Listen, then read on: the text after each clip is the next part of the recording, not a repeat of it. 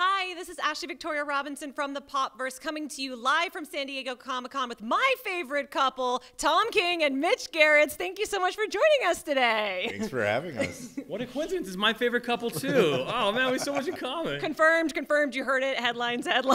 But honestly, we're here to talk about One Bad Day. We're here to talk about the Riddler and some other stuff. So let's start with the easy question. After War of Jokes and Riddles, you didn't put the character to bed. How is there something more to say about this character? Oh, there's very much more to say about this character.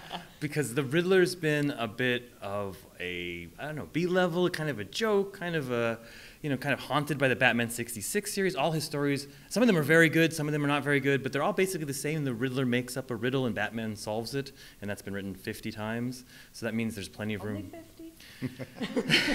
Seems more. So, but with the release of The Batman, we saw that the Riddler can be central to the entire Batman mythos, and we saw with Paul Dano that the Riddler can be scary, and the Riddler can be impactful, and we need to bring that energy into the DCU. So our start was to elevate the Riddler and to make him as big, if not bigger, than the Joker. Ooh, I would co-sign on bigger than the Joker. Mitch, you have said that this is your most beautiful work to date. How can that possibly be true? Everything you do is so stunning.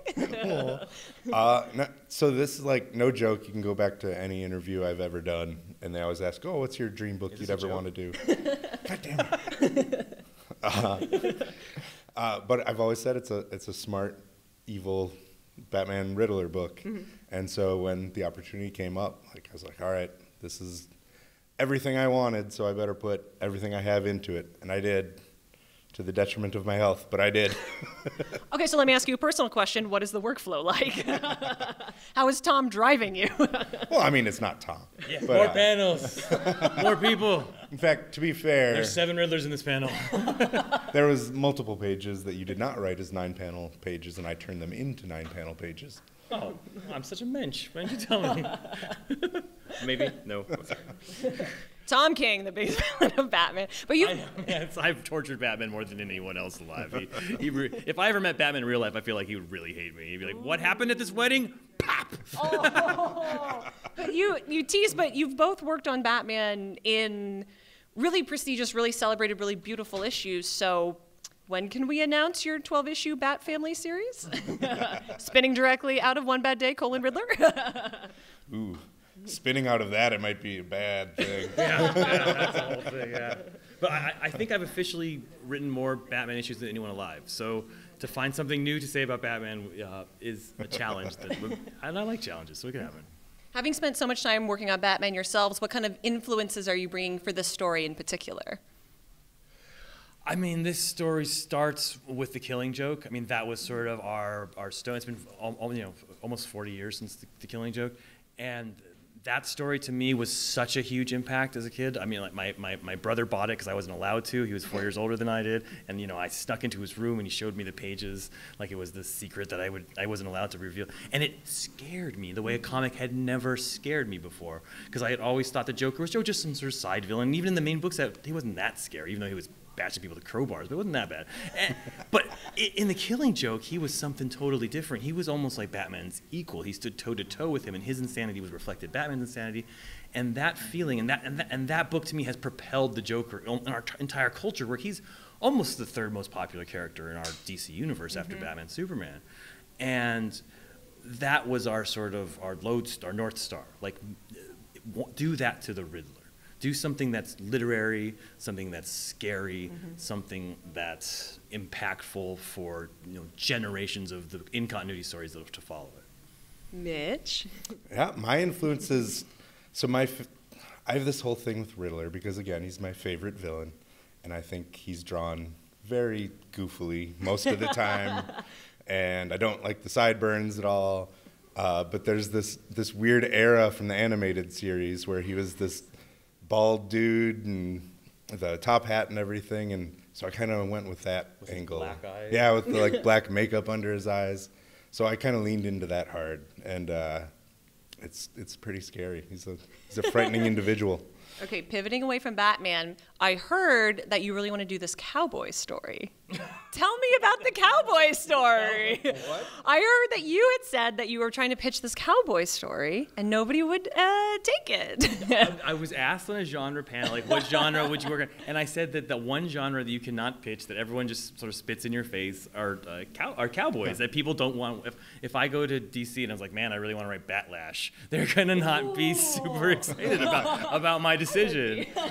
They'll be like, well, have you considered Red Hood? He's like the Batlash of, and they won't be able to finish that sentence. But everyone has since been correcting me and saying, no, Westerns are the new thing after Yellowstone and all this stuff. So maybe I was wrong, but I still feel Westerns are a really hard pitch. To be fair, last night I was hanging out with Mark Russell, and we decided that all superhero comics are just cowboys and magicians. It's the whole thing. I mean, I think that's fair. Cowboys are American mythology, so we're not confirming or denying a Jonah Hex series. Whoa, Jonah. He's the DC cowboy. Oh yeah, I would love to do a Jonah Hex. We'd strip him of his stupid uniform, put something better on him. But yeah, I would. I'd only do Jonah Hex if we could literally call the book The DC Cowboy. I like that. Ooh, you heard it here first. Now, because a lot of people watching want to create their own comics, and you've both done independent comics, everything all the way up to licensed comics, what is your best advice for people who want to create comics? Well, from the art side, it's get good at backgrounds. Everybody can draw Batman on a rooftop or Spider-Man swinging, but very few people can draw like Peter Parker sitting at his breakfast nook. Ooh, nice. Isn't that what your ghost assistants are for? To come in and do the background? Isn't that the tradition? My dog and cat. Yeah. Nunchucks is sitting there scratching at it. That's why New York has that edgy look, you know? Tom? I like this is a very practical thing, which is reward yourself. I think you've heard me say this before, so I apologize. But yeah, if you're writing, writing is a long process, means the time you start to the time you get published, it could be like 3 years, 10 years, 20 years. So you're looking at that, and it's really hard for you to picture, like, why am I writing if 10 years from now I get a paycheck? And then you get distracted from it. You just kind of fly. If you give yourself something, it could be simple as like a Hershey kiss, you know, like where you just something to reward yourself, or I completed this, therefore I get something. I think that gets you back to the computer and it makes you sort of motivated. It's a trick I use. It's a very practical thing. So you're talking about rewarding yourselves in One Bad Day. Is there any versions of your personal One Bad Days? Oh God, if I lived through anything in that book, put me out of my misery.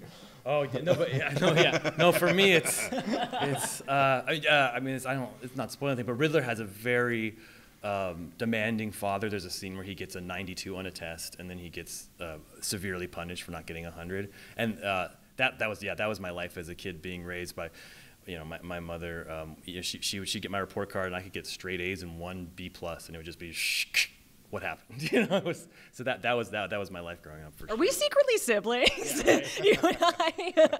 My final question, because here in the Popverse we like to celebrate the best of TV, movies, and comics. What are you both geeking out about right now that you are not working on?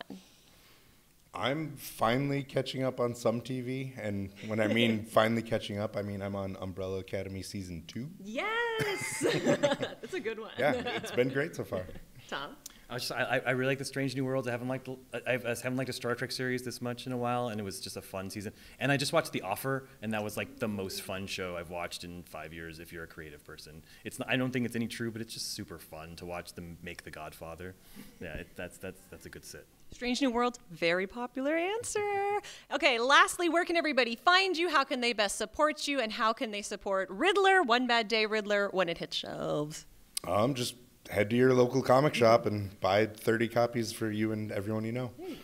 But you can find me. I only know 30 people. It's a whole well, lifetime no, everybody buys 30 copies for the people they know.